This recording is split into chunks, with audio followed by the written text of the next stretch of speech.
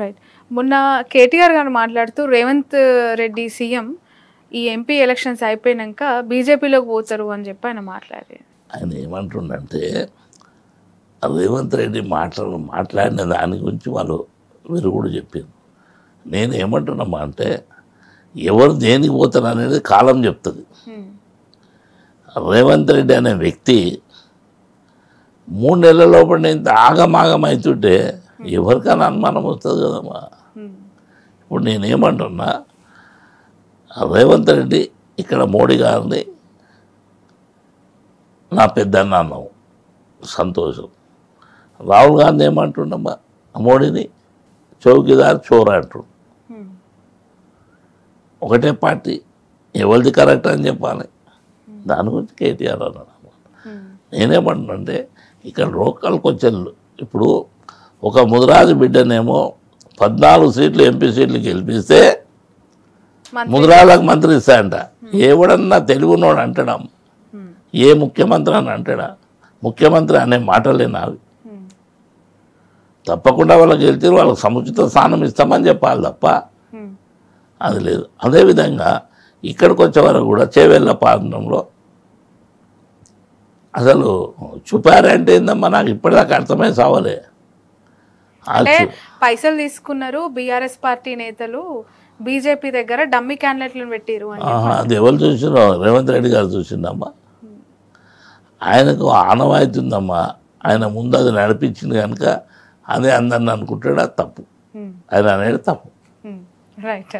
ఇక నారా లోకేష్ గారు ఇక్కడ ఏ విధంగా ఉండేవారండి పార్టీకి సంబంధించి? ఏపీలో ఇప్పుడు ఎలక్షన్స్ జరగబోతున్నాయి, టీడీపీని సమర్థవంతంగా నడిపించేంత సత్తా ఉందంటారా లోకేష్కి? నేనేమంటున్నామ్మా, ఇప్పుడు ఆంధ్ర ఇష్యూకి ఎందుకు తల్లి, తెలంగాణ అడగండి. నేనేమంటున్నా, చేవెళ్లలో చాలా మంది ఐటీ సెక్టార్ వాళ్ళు ఉన్నారు, అనేక ప్రాంతాల ప్రజలు ఉన్నారు, చాలా మంది ఇక్కడ సెటిలర్స్ ఉన్నారు కదా. సెటిలర్స్ ఉన్నారమ్మా, సెటిలర్స్ ఉన్నారు. సెటిలర్స్ కూడా తెలుసు వాళ్ళ కథ.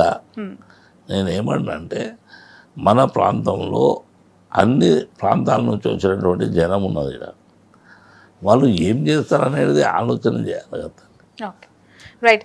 మీరు చాలా దగ్గరగా పనిచేశారు చంద్రబాబు నాయుడు గారికి, కేసీఆర్ గారికి. ఇప్పుడు కలిసి పనిచేస్తున్నారు కేసీఆర్ గారితో. ఇద్దరిలో వ్యత్యాసం ఏం గుర్తించారు? ఒక బీసీ నేతకి వాళ్ళు ఎంత ప్రయారిటీ ఇస్తున్నారని? బీసీ నేతకు ప్రయారిటీ ఇస్తుండ్రు కనుకనే కదమ్మా ఇది.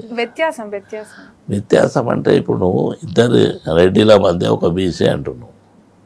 నేను చంద్రబాబు గారు కేసీఆర్ గారి మధ్య వ్యత్యాసం అడుగుతున్నాను. వాళ్ళ దగ్గర వ్యత్యాసం ఏందమ్మా? కలిసి మీరు పనిచేశారు కదా, ఎలా అనిపిస్తుంది వర్కింగ్ కానీ, వాళ్ళ మైండ్ సెట్స్ కానీ, లీడర్కి ఇచ్చే ఇంపార్టెన్స్ కానీ మీ మాటల్లో? లీడర్కి ఇచ్చే ఇంపార్టెంట్ వాళ్ళు ఇవ్వరమ్మా, మేము తీసుకుంటాము. ఏ వ్యక్తికి ఆ వ్యక్తికి కాసరి జ్ఞానేశ్వరి సొంత ఎజెండా ఉంటుంది. వాళ్ళు చెప్పినంత మాత్రాన కాదు కదా.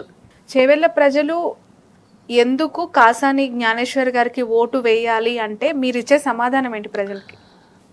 నేను చేవెళ్ళ పార్లమెంటు పరిధిలో ఉన్నటువంటి 7 సెగ్మెంట్ల లోపల నాకున్నటువంటి అనుబంధం కానీ, నేను చేసినటువంటి సేవలు కానీ యావత్తు రంగారెడ్డి జిల్లా లోపల 1, 2 కాకుండా కోకలు ఉన్నాయి కనుక ఆ ప్రాంతంలో నేను పనిచేసిన కనుక మళ్ళీ నాకు ఒకసారి ఛాన్స్ ఇవ్వాలి, మళ్ళీ మీరు మమ్మల్ని ఆశీర్వదించాలి, తప్పకుండా మళ్ళీ మీకు సేవ చేసుకునే భాగ్యం కలగాలని చెప్తున్నాం మేము. ఎందుకంటే 2001 నుంచి 6 వరకు జిల్లా పరిషత్, దాని తర్వాత నీకు ఎంత గ్యాప్ అవుతుంది?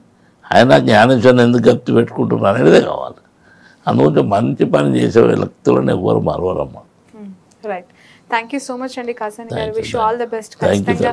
నామినేషన్ అయిపోతూ ఉన్నారు, ప్రజలందరి ఆశీర్వాదం తప్పకుండా మీ అందరిది కూడా ఆశీర్వాదం ఉండాలమ్మా. మేము చాలా చిన్న మా ఆశీర్వాదం, మీడియా ఆశీర్వాదం తల్లి అంటే సో ప్రజల ఆశీర్వాదం, మీడియా ఆశీర్వాదం తప్పకుండా. అందుగురించి అది కూడా మంచి గురించి, చెడు గురించి కాదు. ఇది ఒక మంచిపై చేస్తున్న యుద్ధం అంటారు మీరు. అవును, 100%. Thank you so much for your valuable time అండి. ఇది కాసాని జ్ఞానేశ్వర్ గారు, చేవెళ్ళ బీఆర్ఎస్ పార్లమెంట్ అభ్యర్థి. చాలా సుదీర్ఘమైన రాజకీయ అనుభవం ఆయన సొంతం. బీసీలకి సంబంధించి ఒక లీడర్గా ఎన్నో పోరాటాలు చేసిన వ్యక్తి. ఈసారి ఎంపీగా తన అదృష్టాన్ని పరీక్షించుకోబోతున్నారు. చూద్దాం చేవెళ్ళ ప్రజల తీర్పు ఎటువైపు ఉండబోతోందో.